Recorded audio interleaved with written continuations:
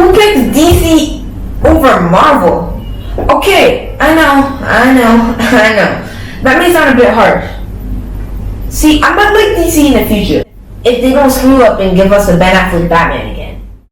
I might like DC in the future, but right now, I don't know. Let's get into it.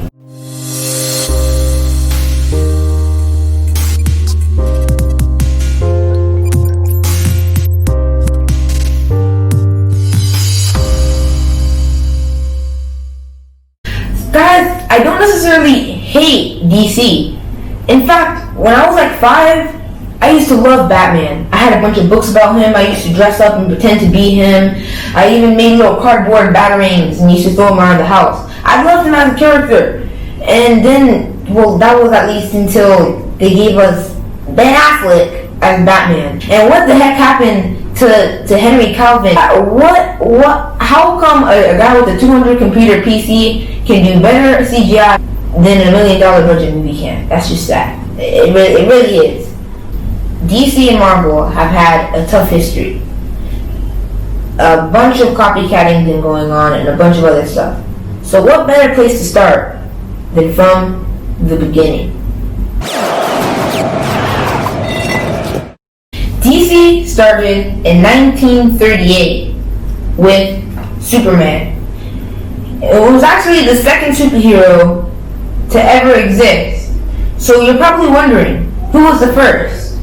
Well, it was actually just this dude in purple spandex named the Phantom, and it was by Marvel nor DC. Not very significant, actually. Not many people have heard of him, but yeah, just in case you didn't know, he was the first. And Batman followed Superman in 1939. The first time we saw the Marvel was actually when we got Captain Marvel. And this was actually by another company named Fawcett Comics. But it was an obvious ripoff of Superman, so DC acquired the rights. Then 2 years after we got Batman from DC, another comic company, created an all-American patriotic soldier. That company was Marvel.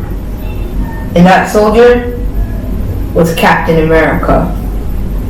So remember, guys, that I told you DC acquired the rights to a superhero called Captain Marvel from Fawcett Comics. Because that character was pretty much a bootleg Superman, DC acquired the rights. So DC has a superhero named Captain Marvel. Soon after the birth of Marvel, they came out with, first of all, Marvel, MAR-VELL. Then after that, there was Miss Marvel. And Miss Marvel didn't get to keep her name for very long because they made another Miss Marvel who was pretty much a girl version of Mr. Fantastic. So then they had to change the original Miss Marvel's name to Captain Marvel. Does that sound familiar to you guys?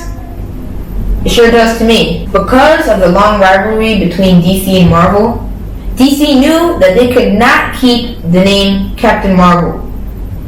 So, Captain DC? Nah, instead they went out with Captain Marvel. It's battle cry, which was Shazam. So that's what they called him from then on. That even went in the latest movie in 2019 of Captain Marvel, where he was called Shazam. And you're probably wondering, rivalry? So when did this start? Well, I have my theories. I think it started off when Marvel copied DC's Batman cover, because I don't know if you noticed, but the exact pose that Batman was in on his cover of his first issue was the one that Marvel used for their Spider-Man issue 1. I seem to be the only one who's noticed this, but if you pay close attention, I think you'll see it.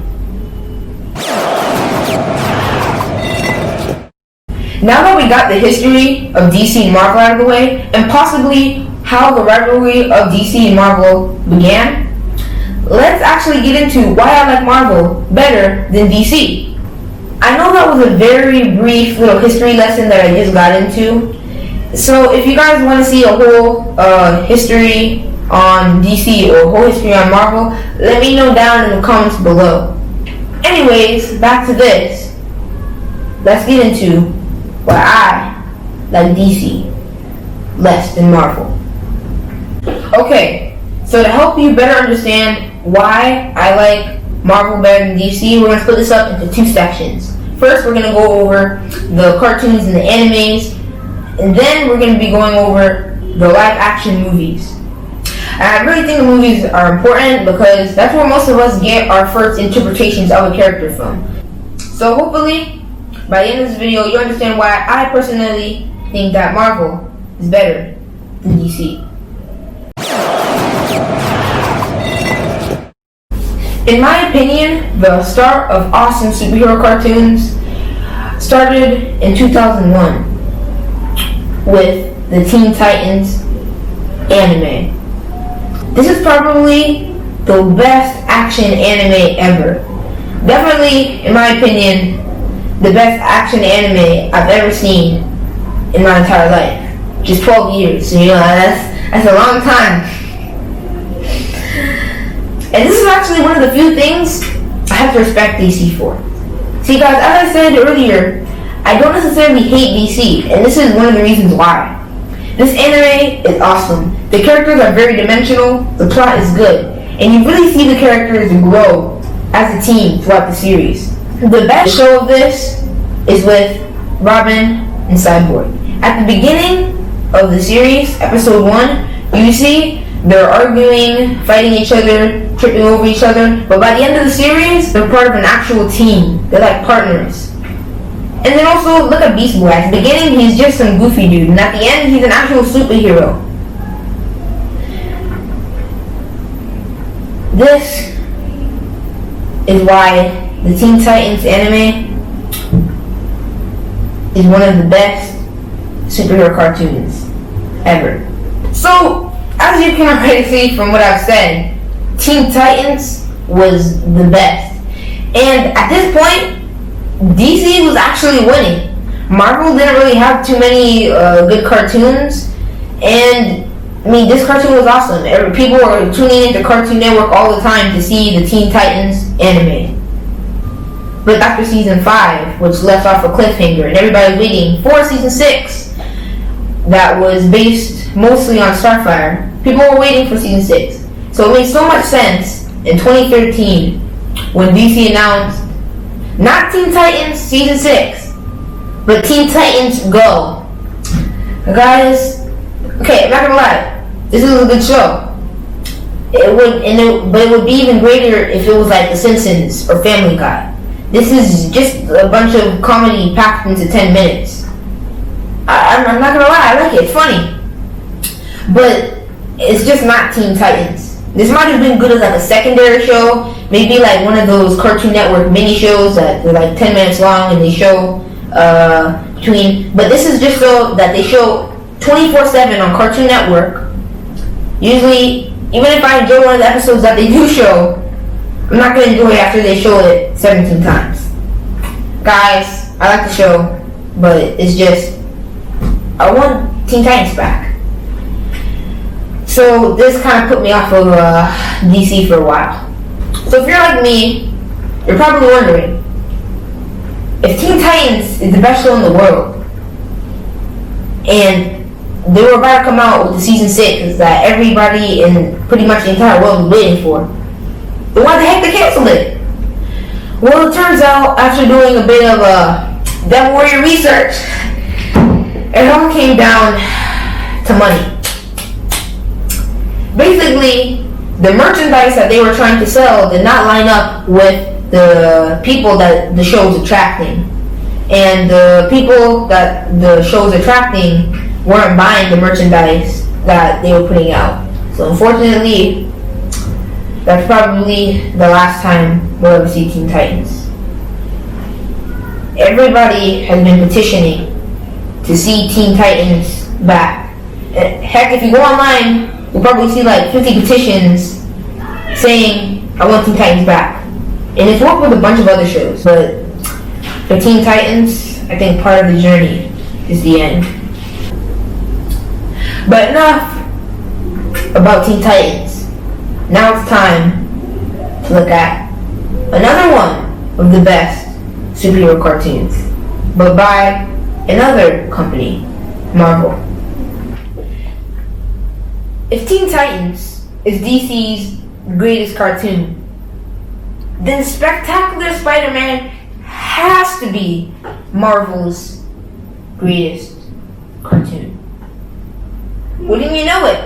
It is. And I'm not just saying that because it was created the year I was born. No, this show is awesome. And it's considered by many the best Spider-Man that we've seen on screen, whether that be the small screen or the big screen. In fact, I've seen some dude, he compared Spider-Man, Spectacular Spider-Man, that little cartoon, and said that it was better than all the live-action Spider-Man we got, and I agree.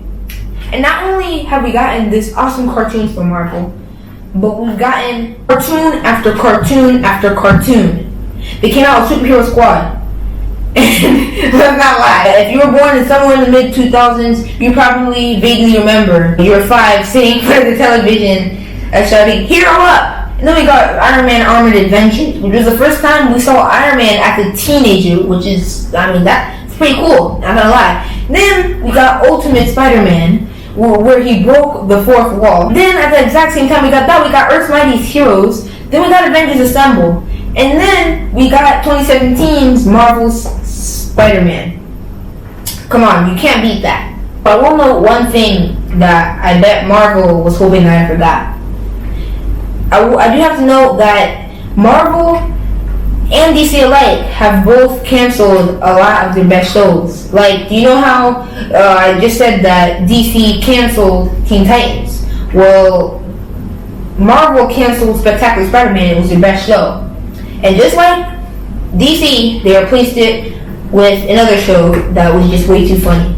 They replaced it with Ultimate Spider-Man, who was actually kind of just like a bootleg Deadpool because he kept breaking the fourth wall. And then they replaced the best Avengers we've ever seen.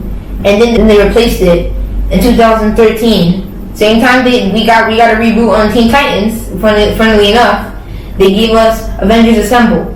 And I slept through the last episode. It was just super duper boring. So yes, I do have to note that this is an issue. A lot of shows are getting canceled. But still, at least Marvel is coming out with more shows than DC in general. And the last show we've gotten from DC is Justice League Action, which still wasn't that great.